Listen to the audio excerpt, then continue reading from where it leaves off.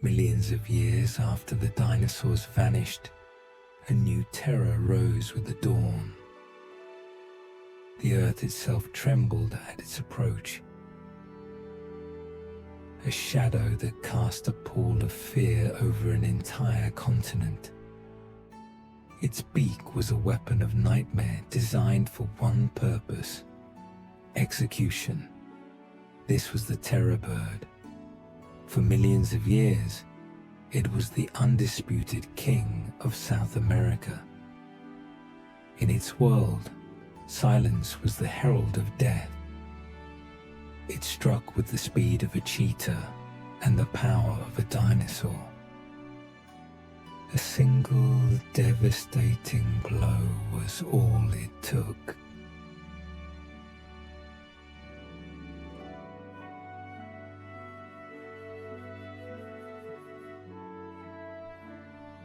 The age of the dinosaurs ended in fire and ash. The world was left silent, but in the shadow of extinction, survivors emerged. Small, ground-dwelling birds began to fill the void. South America became an island fortress, drifted away and isolated from the rest of the world. It became a living laboratory where evolution took a radical new path. Free from competition, they traded the ability to fly for raw speed, developing immensely powerful leg muscles. They grew to colossal proportions, eventually towering over every other animal on the continent. And they forged the ultimate weapon, a skull massive and rigid, armed with a lethal hatchet-like hook. While their cousins ruled the skies, the terror birds claimed the earth as their undisputed domain. For tens of millions of years, they were the apex predators. Nothing on the continent could challenge them. They presided over a strange, isolated kingdom populated by bizarre giants found nowhere else on Earth. The native mammals evolved slowly, oblivious to the lightning-fast threat developing alongside them, until it was too late. The birds had become the ultimate mammal hunters. With speed, power, and that terrifying beak, they secured their place at the top of the food chain.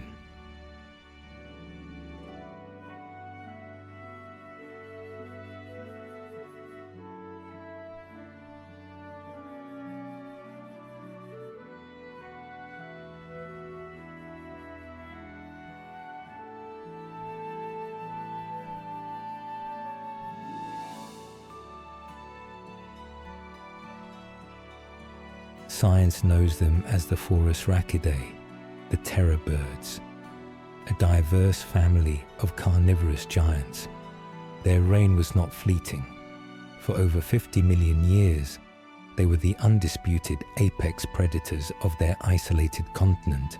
To understand them, forget everything you know about modern birds. These were something else entirely. Fossils reveal the framework, but cutting-edge reconstruction brings the beast back to life. Its beak wasn't just for biting. It was a reinforced hatchet-like weapon driven by massive neck muscles. A neck like a tree trunk provided the raw power needed to drive the beak through hide and bone. Its legs were marvels of biological engineering. Thick, dense bones built to withstand the shattering impact of high-speed sprints. In motion, it was a terrifyingly efficient machine, capable of reaching speeds that would outpace nearly anything else on two legs. They weren't a single species, but a diverse dynasty. Some were small and agile. Others were titans of brute force, ranging from the size of a dog to towering monsters taller than any human. They filled every predatory niche.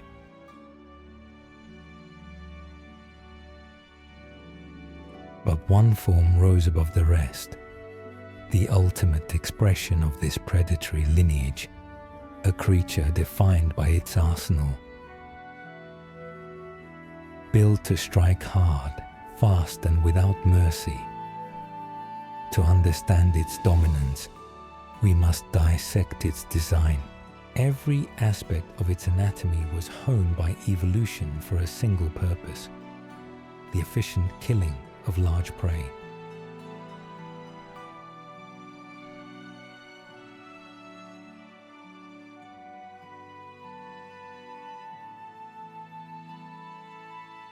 Standing nearly 10 feet tall, it could look a modern human in the eye and then look down upon them.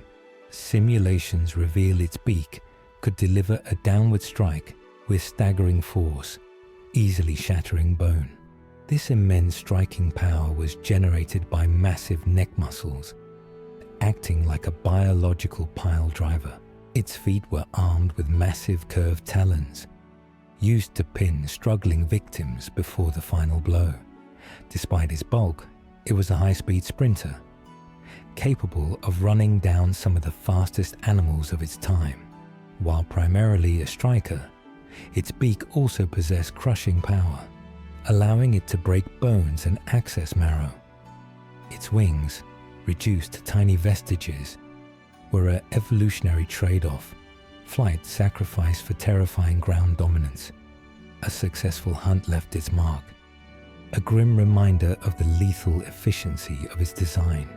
It was the undisputed master of its domain, a perfect killing machine forged by isolation. From its hatchet-like beak to its powerful legs, every part of the terror bird was a specialized tool for slaughter.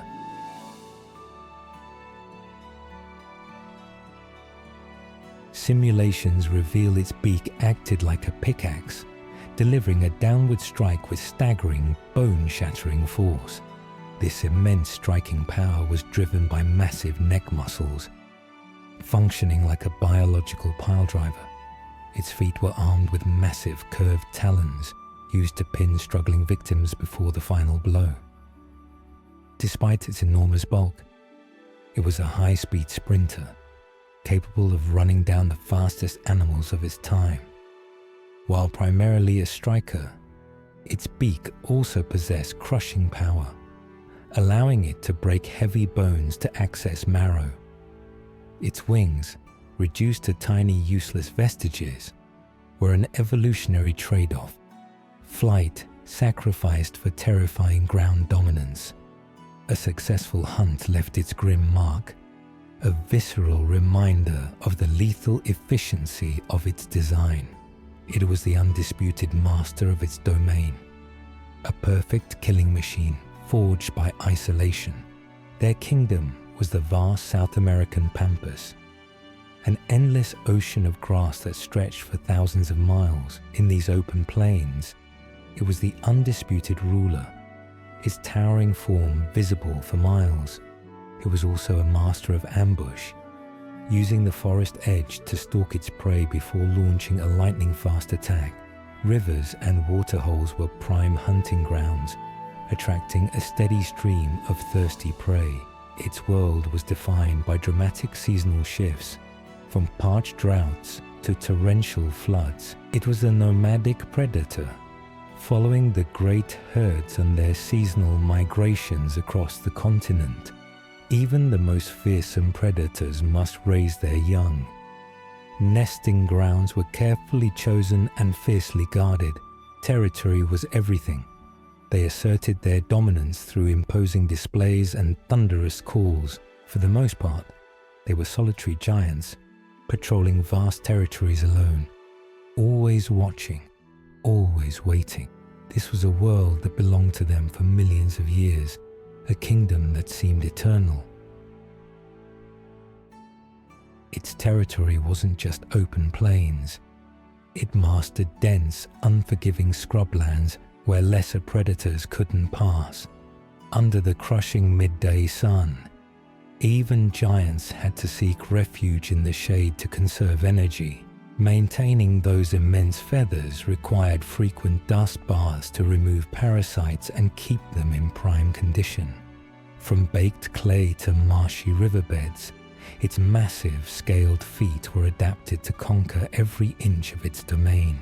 It was a creature born of a violent world, standing firm as the skies turned black and the plains held their breath. When the heavens opened, even the undisputed king of the plains had to find cover. The storms were violent but brief. always followed by a calm that renewed the land.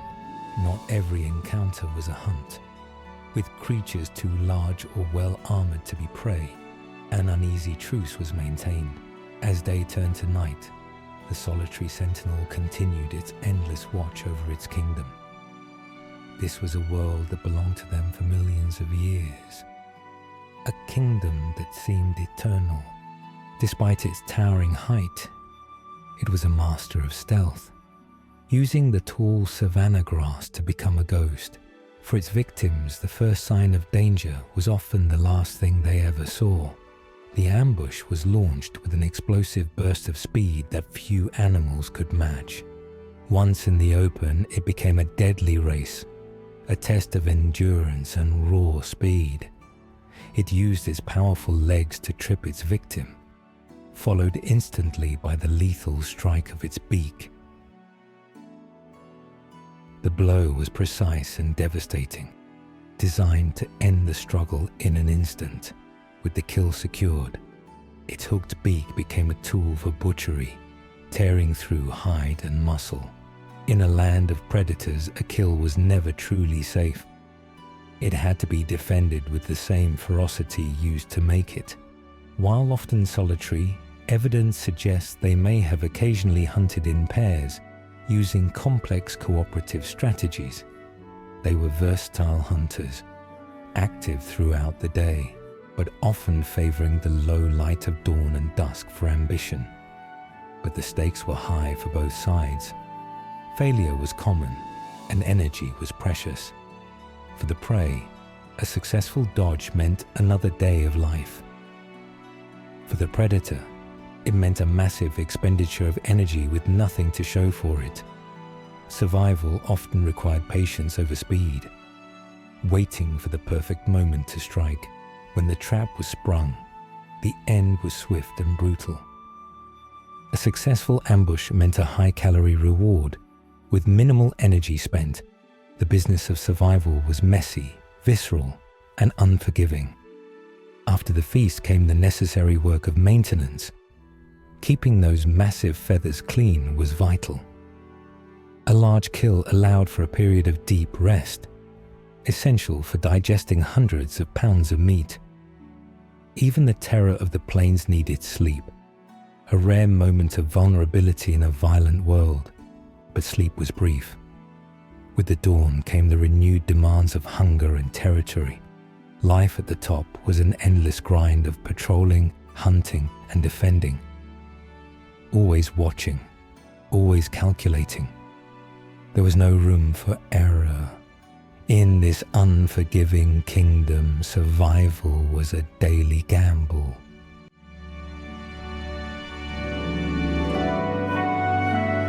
But the drive for survival extended beyond the hunt. To ensure their legacy, they had to build. The result was a clutch of enormous eggs, each holding the future of an apex predator. These nests were vulnerable targets. Protecting them required constant, lethal vigilance.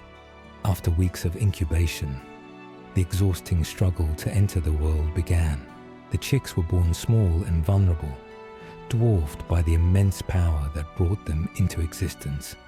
Fueled by their parents' kills, they grew at an astonishing rate, transforming from helpless fluff into gangly adolescents.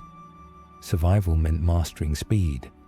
The young were pushed to their limits, learning to coordinate their immense limbs. The instinct to kill was innate, but the skill took practice. Early attempts were often ungraceful, but with every failure came learning. Soon the first small successes signaled the awakening of a predator. Within a year, they were nearly the size of their parents, formidable, but not yet masters. The time for nurturing was over.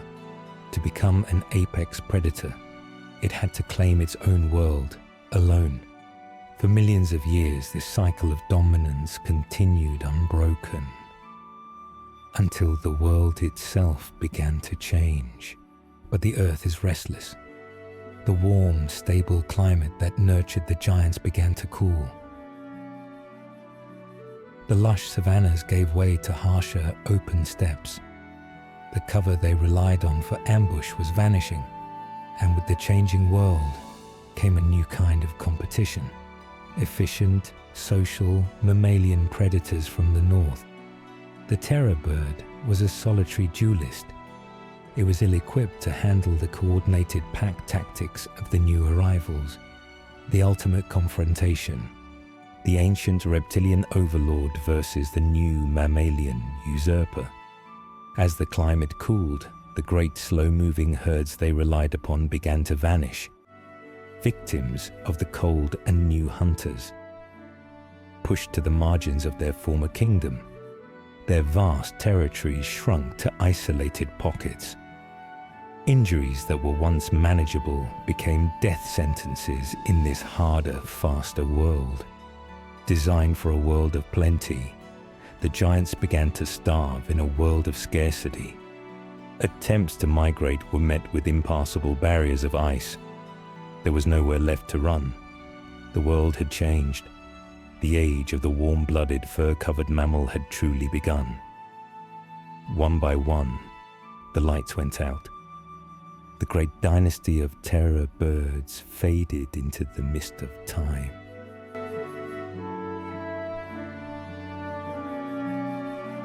The plains fell silent. The thunderous footsteps and booming calls that had defined an era vanished forever. Their bodies returned to the earth, buried by the sands and silts of a changing world. They were locked away in stone vaults, hidden deep beneath the surface for millions of years. Ice ages came and went. New species rose and fell.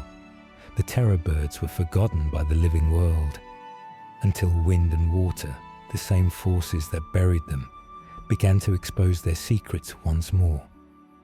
A claw here, a beak fragment there. Clues to a forgotten dynasty began to emerge from the dust.